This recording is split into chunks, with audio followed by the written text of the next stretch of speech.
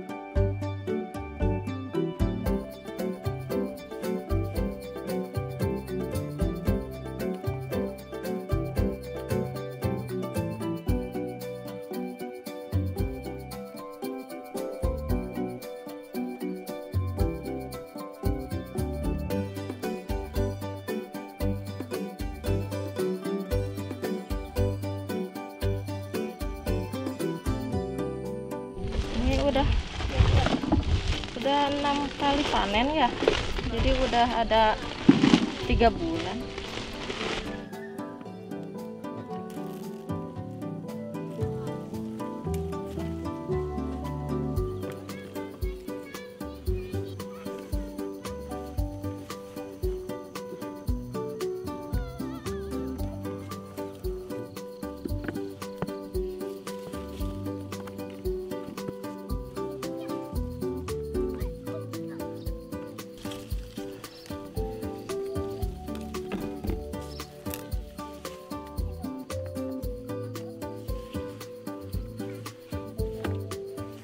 KWT Jaya Mandiri awalnya tuh terbentuk, tadinya tuh hanya ibu rumah tangga.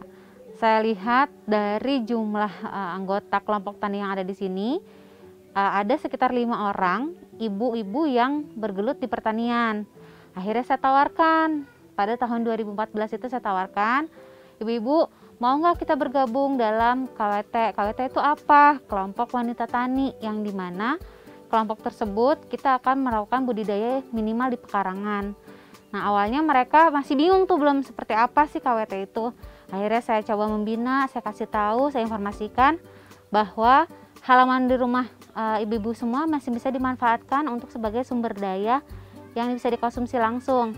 Karena awalnya saya memberikan materi di sini pun juga itu tidak langsung berat-berat, harus mencangkul, harus mengolah tanah, tapi minimal memanfaatkan budidaya di pekarangan dulu itu. Dan akhirnya dari 5 orang terbentuk sampai 15 orang, akhirnya 20 orang kita sepakat, ayo bareng-bareng kita bentuk KWT, kita bikin kelompok yang dimana memperdayakan ibu-ibu rumah tangga yang tidak punya kegiatan di luar jam kesibukan ibu rumah tangga gitu.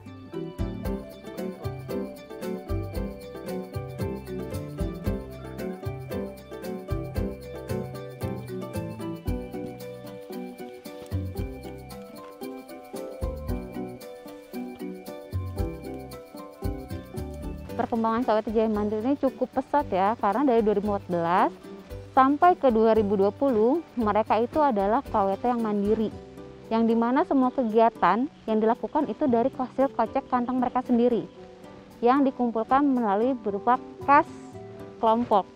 Dari kas kelompok itu mereka kumpulkan, dan akhirnya mereka mau bertani di sekitar, minimal pertama mereka bertani itu adalah menanam kangkung. Karena kalau ibu-ibu itu yang paling utama adalah panen yang cepat, 40 hari ya, 40 hari ketika panen mereka bisa mendapatkan hasil.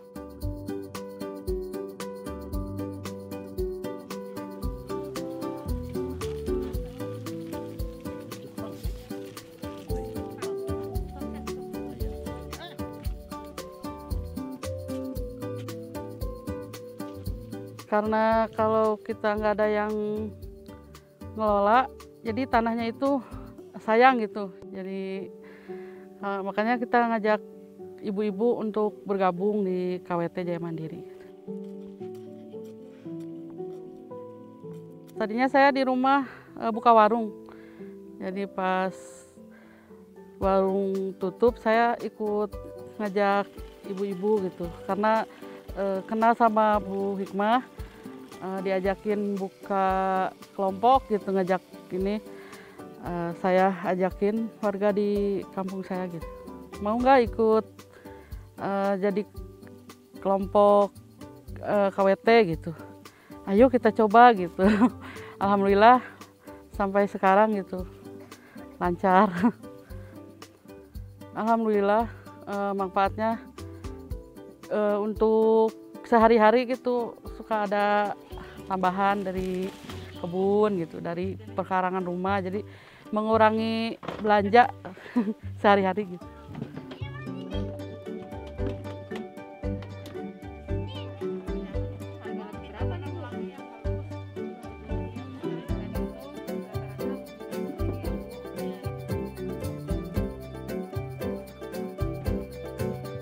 Kebetulan KWT dari 20 anggota ini, ketuanya mempunyai lahan pribadi yang seluas sekitar 1000 meter. Nah, 1000 meter ini ketua menghibahkan kepada anggota KWT untuk diolah gitu. Tapi setelah kami olah, KWT olah, hasilnya cukup bagus. Akhirnya ada masyarakat di sini yang memberikan lahan, silakan dipakai tanpa sewa gitu. Sehingga KWT pun sekarang lahannya lebih luas lagi, hampir mencapai 1 hektar untuk dikelola KWT.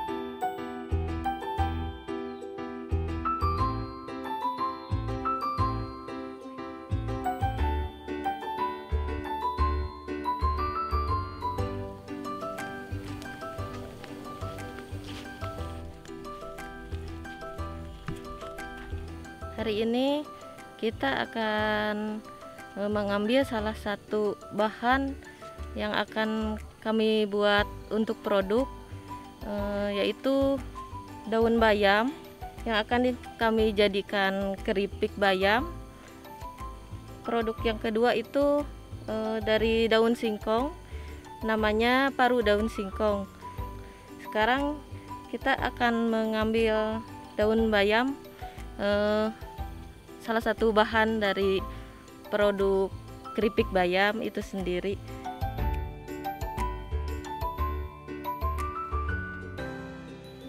Jangan terlalu tua, harus yang agak muda biar nanti keripiknya renyah. Ini bayam gajah, kita sebut dengan nama bayam gajah karena bayamnya ini daunnya besar-besar. Bayam biasa kalau buat sayur itu sudah dicoba, tapi agak lembek gitu.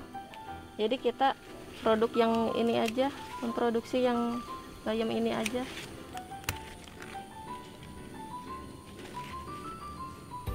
Nanti sebelum kita masuk ke pengolahan, ini kita gunting dulu, dibersihkan seperti ini, karena nantinya tidak akan kering hasilnya, jadi basah terus. Jadi harus diambil batang dari belakang si daun.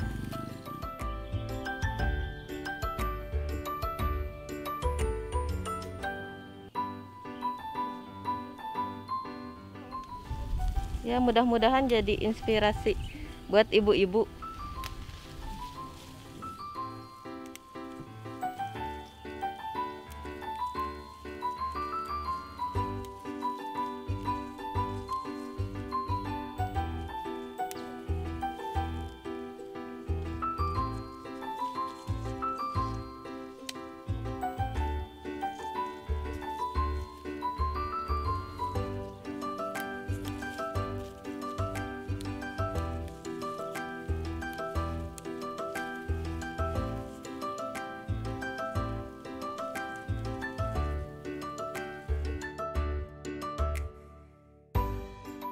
Hasil panen dari daun singkong yang akan dibuat produk. Nanti ini kita akan dibersihkan, dipetik seperti ini, dicuci. Nanti setelah dicuci kita rebus dan akan menjadi bahan utama untuk bahan produk paru daun singkong.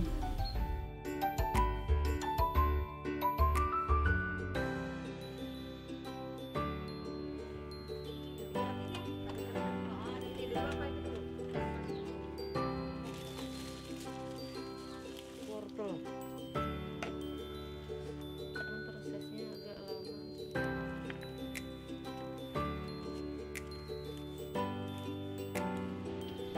Najunahan ibu-ibu. Biasa Bu, bersihin ini buat produk. Oh, ada yang pesan? Iya. Ada yang pesan. Gorengan keripik baik apapun itu, maksimal penggunaan minyak itu 2 kali. Ya, 2 kali pakai. Cuma 1 kali sih. Ini 1 kali ya? Iya. Lebih bagus satu. Produk kita selalu ganti. Selalu ganti ya. Iya. Tapi kita gunanya bukan minyak curah ya, Bu? Bukan kita yang minyak yang dikemas itu. Iya.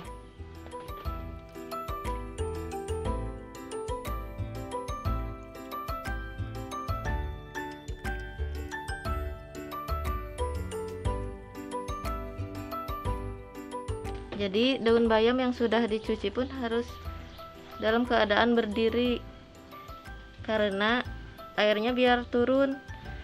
Kalau misalnya tidak begini, berdiri begini, nanti air yang ada di daun bayam ini akan menambah kadar air ke si bahan tepungnya itu.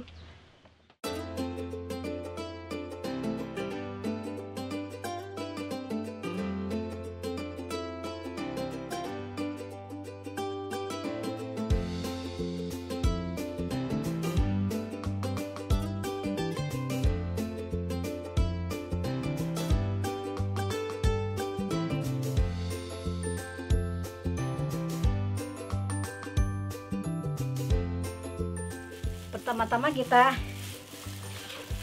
masukkan tepung kanji. Kedua ada tepung beras. Kita dibikin jadi satu.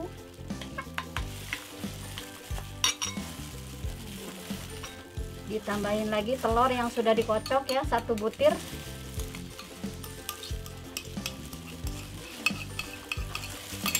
Kita tambahkan bawang putih yang sudah dihaluskan.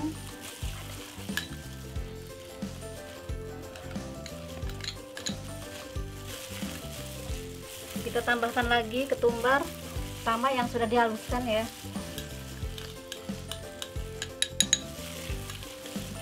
Iya, diaduk sampai merata.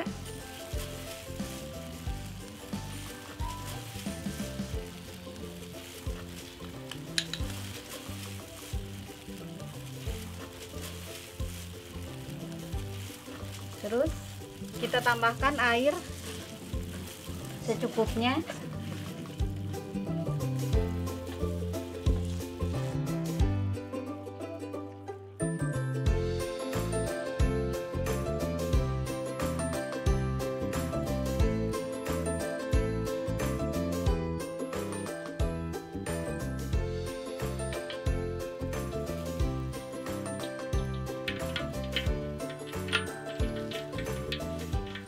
Sambil menunggu minyak panas, kita celupkan satu persatu bahan pokok dari bayam, dibalutin sampai merata kayak gini.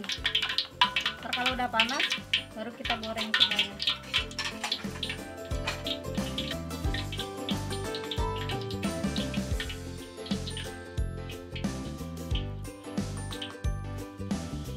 Setelah panas minyaknya, kita langsung celupin. Setelah celupin, kita goreng satu persatu.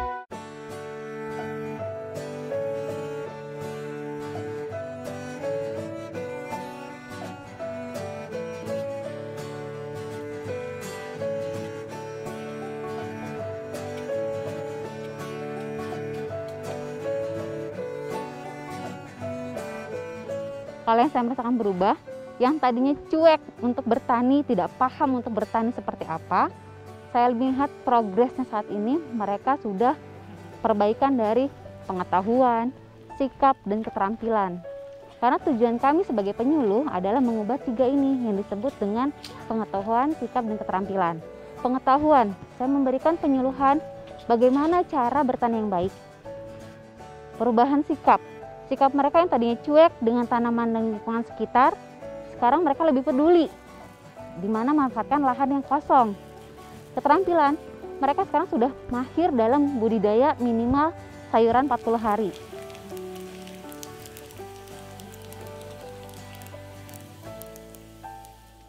Pekarangan pun juga gitu. Kayaknya pekarangan mereka yang jadi anggota KWT ini tidak ada yang kosong. Kosong mungkin ketika setelah panen.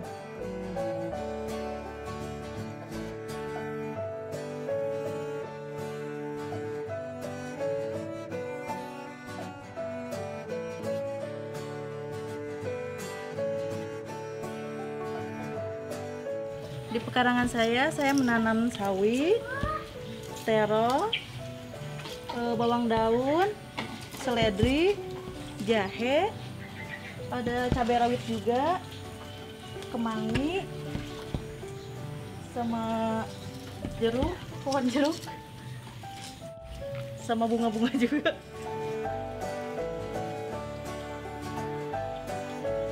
Bunga-bunga aja sih biasanya.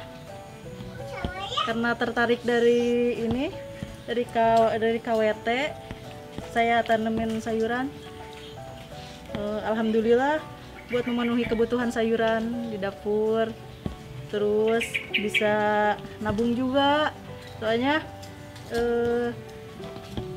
dari hasil ini kan bisa kita jual juga, bisa ditabung kayak gitu.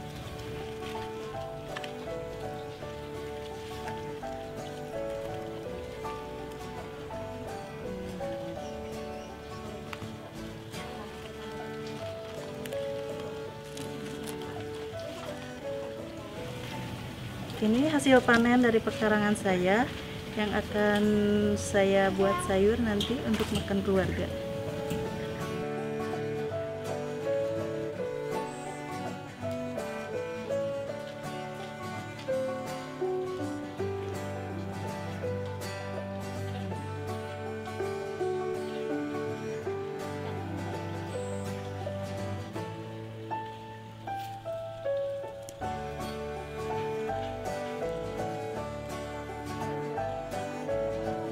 Ini udah 1 minggu lebih karena pindah tanam. Tadinya di polybag.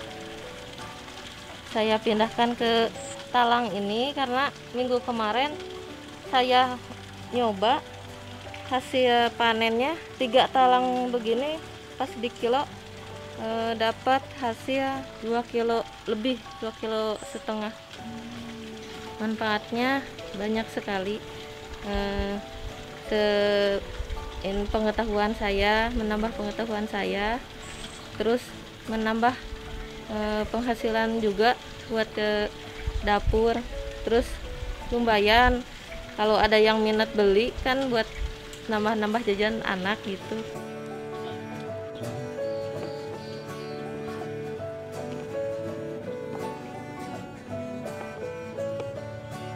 Kalau untuk pertanian organik saya mewajibkan, karena apa?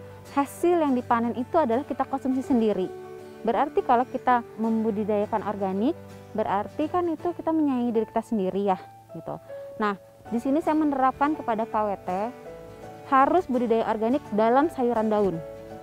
Kalau ada sayuran buah itu kita masih bisa di mix. Mixnya menggunakan pestisida nabatinya, gitu. Pestisida nabati itu kan tidak murni dengan bahan alami, masih ada penambahan cairannya seperti itu. Tapi kalau yang untuk dikonsumsi sendiri itu wajib organik.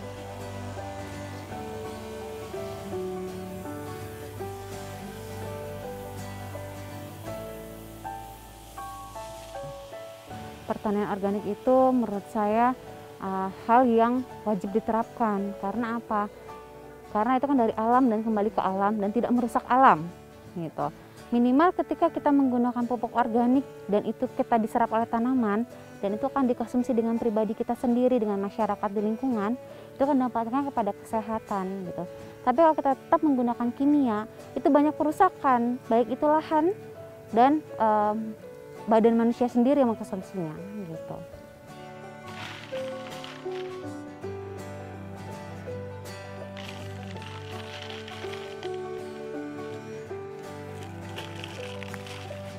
Minimal dapur utama dalam suatu keluarga adalah dari sektor ibu-ibu.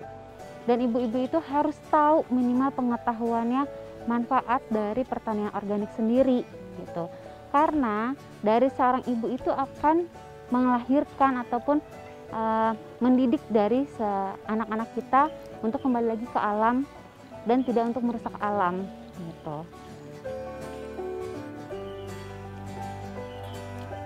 Harapan saya untuk KWT dan petani yang ada di sekitar desa ini, minimal hayu sama-sama kita menerapkan budidaya organik minimal yang kita konsumsi sendiri dan untuk orang lain, gitu. Selain itu, kalau untuk KWT pribadi sendiri, saya harapkan ibu-ibu rumah tangga bisa lebih mandiri lagi dalam ketahanan pangan untuk keluarga mereka sendiri.